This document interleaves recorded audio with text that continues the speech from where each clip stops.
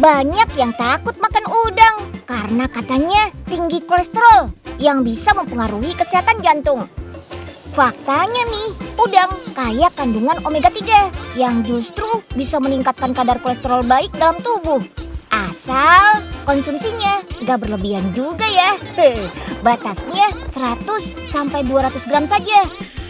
Ada juga yang menghindari konsumsi udang karena takut alergi. Sebetulnya alergi setelah makan udang bisa menjadi karena pengolahannya nggak bersih. Padahal udang kan enak dan kaya gizi. Yuk kita cari tahu tentang berbagai olahan udang yang dijamin bersih. Come on!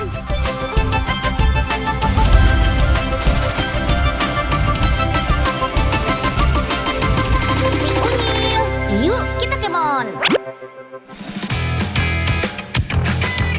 Kalau yang ini sih udangnya dipelihara di sawah ya. Bukan untuk hiasan biar sawahnya cantik, tapi untuk memanfaatkan parit irigasi supaya ada nilai tambahnya. Pemanfaatan lahan sawah untuk mengembangbiakan hewan air tawar kayak gini biasa disebut dengan minap padi. Bisa digunakan untuk memelihara ikan atau udang galak kayak gini. Sebelum dipanen, parit irigasinya harus dikuras dulu ya. Tuh lihat, udang-udangnya pada loncat-loncat.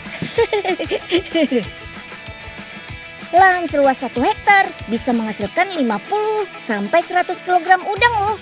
Jadi petani gak cuma mendapat hasil sawah berupa beras, tapi juga udang. Udang yang sudah dipanen dipindahkan ke air bersih sambil dicuci. Lanjut, udang disortir dulu sebelum dijual. Udang galak kayak gini gak cuma menambah pendapatan petani, tapi juga sekalian menghemat biaya pestisida. Soalnya udang menjadi pembasmi hama alami di sawah. Gak perlu lagi deh tambahan pembasmi hama dari bahan kimia. Waktunya panen udang. Cara panennya gak boleh sembarangan nih. Harus menggunakan peralatan khusus. Seperti penggunaan jaring jenis lipan ini alias jaring perangkap. Metode ini membuat udang gak gampang stres. Di tambak udang seluas 1 hektar yang berlokasi di Lampung ini, kita bisa menemukan udang-udang berkualitas. Perawatan udang sangat diperhatikan, mulai dari pemilihan benih sampai pemberian pakan dengan kualitas terbaik. Udang yang lagi dipanen ini adalah jenis Faname. Udang yang berasal dari daerah subtropis pantai barat Amerika ini gak gampang mati dan gak gampang sakit. Makanya cocok dibudidayakan di tambak. Hasil panen ini langsung disimpan dalam bak berisi air es.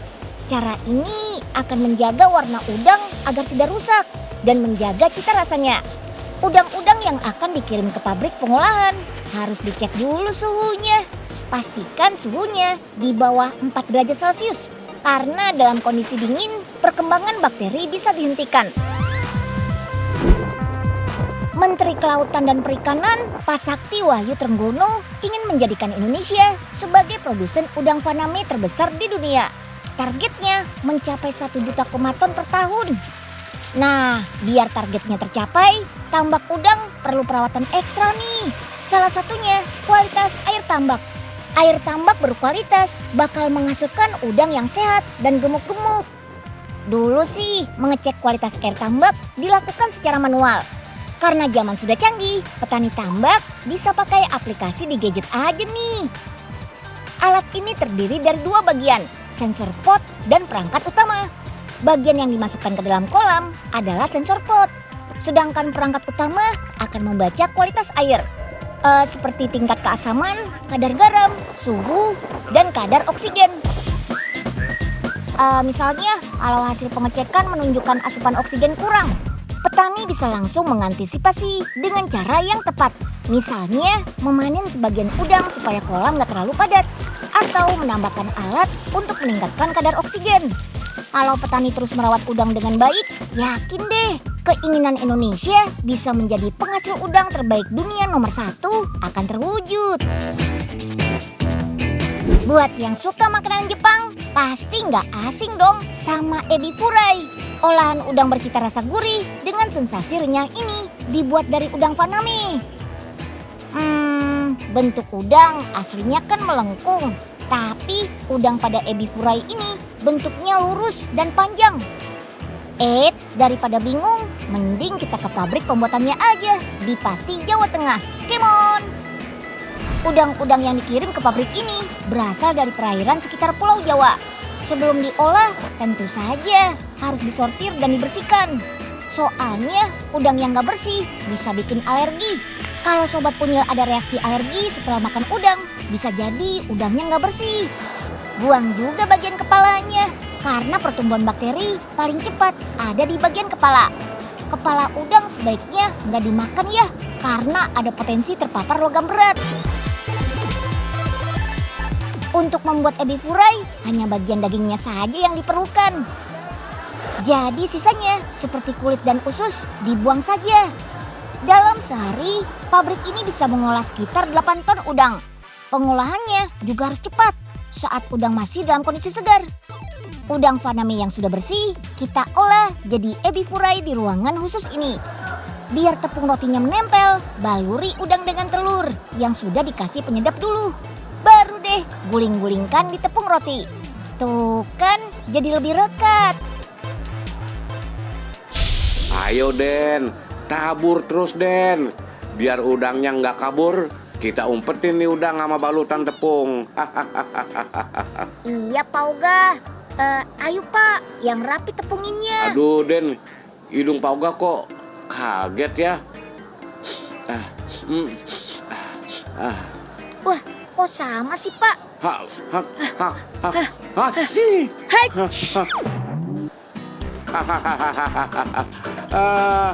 Mukanya Danunya cemong banget. Udah kayak udang ditepungin siap digoreng.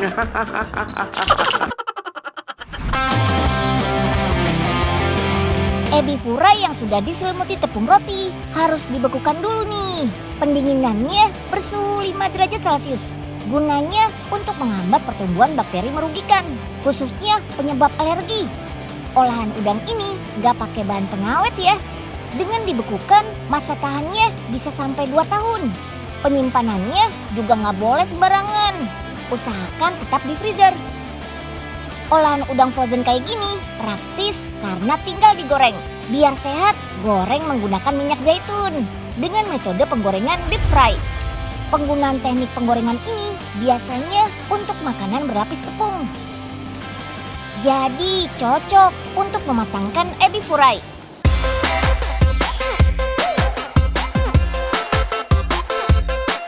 Satu lagi nih, makanan Jepang yang bisa menggunakan udang sebagai isiannya, sushi. Ada banyak jenis sushi yang sering kita jumpai. Kali ini Unyil mau buat beberapa jenis. Salah satunya yang paling sederhana, yaitu norimaki. Sesuai namanya, norimaki, sushi ini menggunakan nori sebagai pembungkus bagian luar. Berbeda dengan uramaki yang menjadikan nasi sebagai pembungkusnya. Isiannya Unyil pilih kyuri nih, alias timun Jepang. Udang yang sudah dimasak, alpukat, selada, wortel serut, dan mayonaise. Kalau sudah tersusun rapi, baru deh kita gulung-gulung. Hati-hati saat menggulung ya, supaya nasi dan isiannya nggak hancur. Gulung perlahan, biar saling menempel dan padat.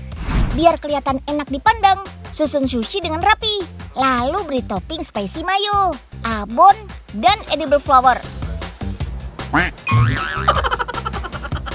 Sebagai salah satu penghasil rasa umami yang asli, bentuk udang juga bisa jadi inspirasi loh. Contohnya kayak udang imitasi kayak gini nih. Tapi ngomong-ngomong, platingan saya bagus nggak? Udah mirip kan kayak yang punya chefnya? Udah, saya mau makan dulu ya. Dadah. Loh, Wah, sushi saya ada-ada mana? aja deh kafenya. Perasaan tadi ada di sini. Masa hasil platingannya dituker sih? Tapi ternyata keunikan bentuk udang bisa menjadi inspirasi olahan juga ya. Kayak bakso ikan bentuk udang, alias udang imitasi gini nih.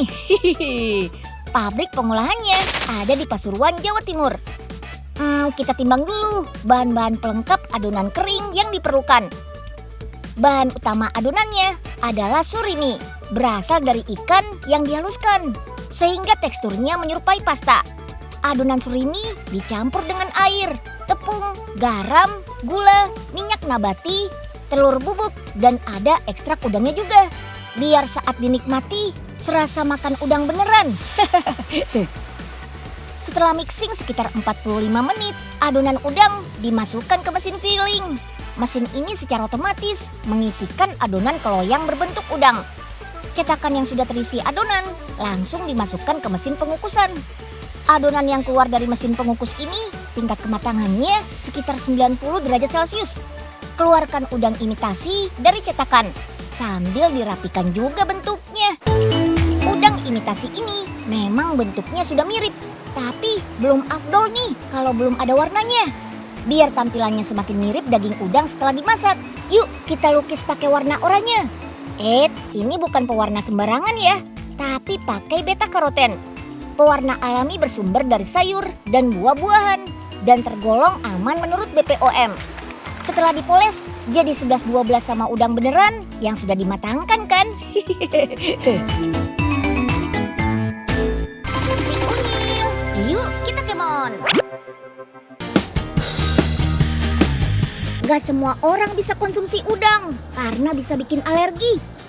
Penyebabnya karena udang mengandung protein yang disebut tropomyosin. Orang yang alergi udang menganggap jenis protein itu sebagai benda asing yang perlu dilawan. Reaksinya bisa ringan seperti gatal-gatal, bisa juga agak berat. Salah satu cara alami untuk mengatasi alergi, baik karena udang maupun penyebab lainnya, bisa konsumsi spirulina nih. Spirulina adalah mikroalga, organisme bersel satu yang jago membasmi racun dalam tubuh kita. Kandungan gizinya juga super duper melimpah, bahkan telah dikonsumsi selama berabad-abad. Wih, begini nih bentuk spirulina lewat mikroskop. Bentuknya seperti kumparan spiral. Pantas saja namanya spirulina. Spirulina ini berkembang biak dengan cara membelah diri dan bisa berfotosintesis seperti tumbuhan. Aslinya sih hidup di air laut, tapi di Indonesia bisa kita budidayakan di air tawar loh. Salah satu perusahaan di Klaten, Jawa Tengah berhasil menemukan terobosan teknologi produksi mikroalga air tawar yang dapat dikembangkan sampai kapasitas yang lebih besar untuk kebutuhan industri. Spirulinanya pun lebih aman dan juga halal.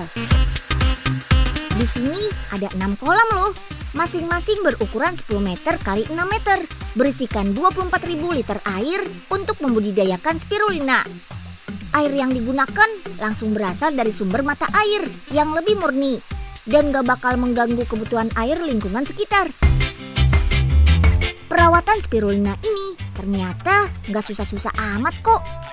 Yang paling penting, perhatikan kualitas air sebagai media budidaya si spirulinanya.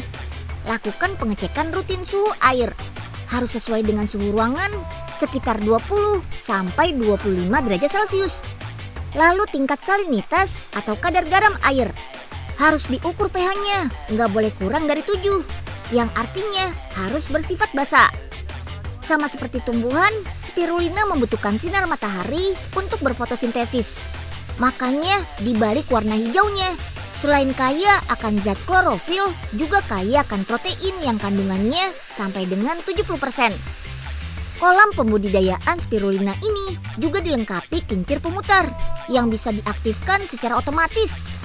Kincir bakal membuat ombak supaya distribusi nutrisi, suhu, dan cahaya bisa terbagi rata. Sekarang waktunya panen. Dengan bantuan pompa, air kolam yang mengandung spirulina disemprotkan ke alat penyaringan. Berlapis kain plankton net berukuran 20 mikron. Kain bakal menahan spirulina dan memisahkannya dengan air. Wih, jadi kelihatan kayak bubur ya. Spirulina yang sudah dipanen masih punya kandungan air yang banyak. Makanya perlu ditiriskan lagi pakai alat spinner ini. Gak pakai lama kok, air bakal terpisah keluar. Dan inilah wujud spirulinanya kalau dilihat secara langsung. Kalau dipegang nih, spirulina ini mirip busa ya. Ini masih belum selesai. Spirulina masih harus dikeringkan lagi. Spirulina dipadatkan dan dicetak jadi lembaran pakai mesin extruder. Proses ini bertujuan untuk mempercepat proses pengeringannya. Satu persatu, loyang berisikan lembaran spirulina dimasukkan ke mesin circulation heater selama 5 jam dengan suhu maksimal 70 derajat Celcius. Biar kandungan protein pada spirulina nggak rusak. Hasilnya, spirulina yang telah kering sempurna jadi berbentuk padatan kayak gini deh. Dan selanjutnya bakal dihaluskan dan menjadi bubuk spirulina. Bubuk spirulina bisa dikemas dalam bentuk kapsul sebagai alternatif suplemen kesehatan praktis.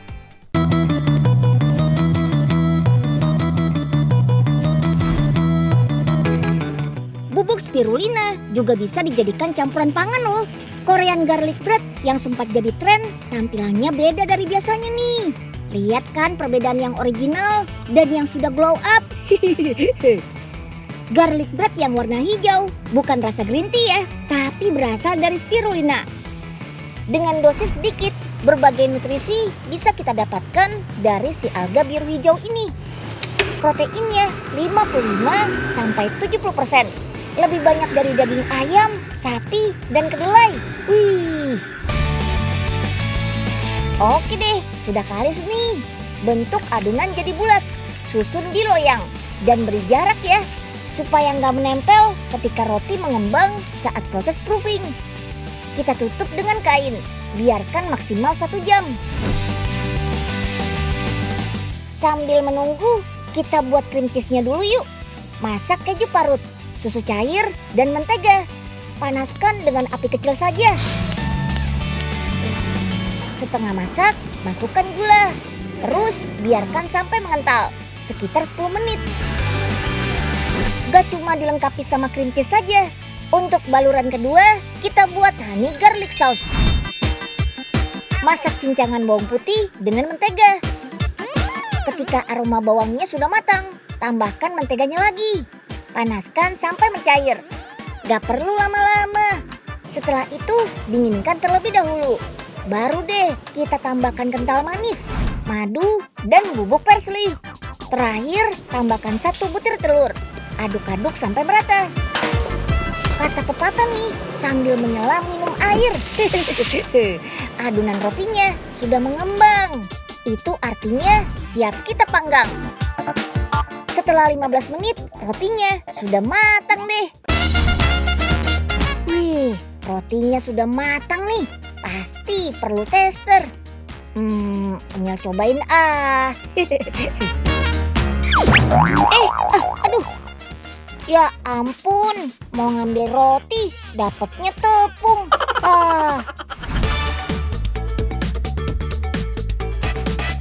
Oke, kita potong bagian atas rotinya jadi 6 bagian. Di sela-sela inilah yang kita isi dengan cream cheese-nya. Yang banyak ya kak, Unyil kan suka keju. Kalau isiannya sudah penuh, kita celupkan permukaannya dengan honey garlic sauce. Habis itu kita panggang lagi. Sebentar saja ya. Dan tada! Garlic bread spirulinanya sudah siap dicicip nih. Wah.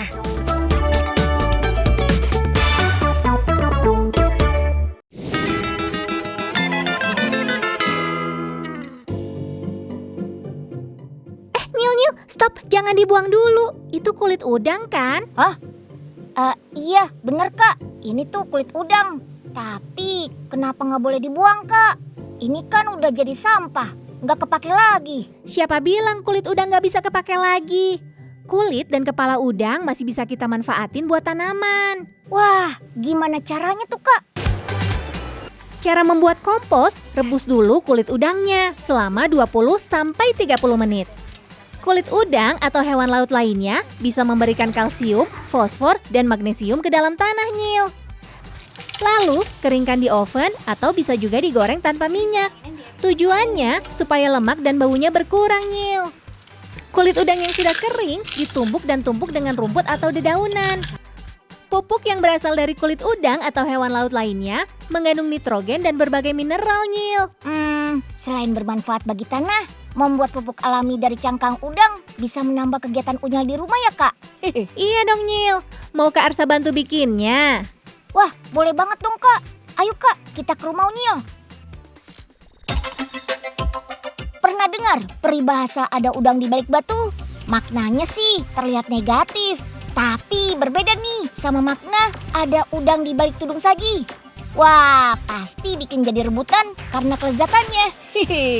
Semoga informasi Unyil tentang udang hari ini bermanfaat ya. Sampai jumpa di episode berikutnya besok. Dadah!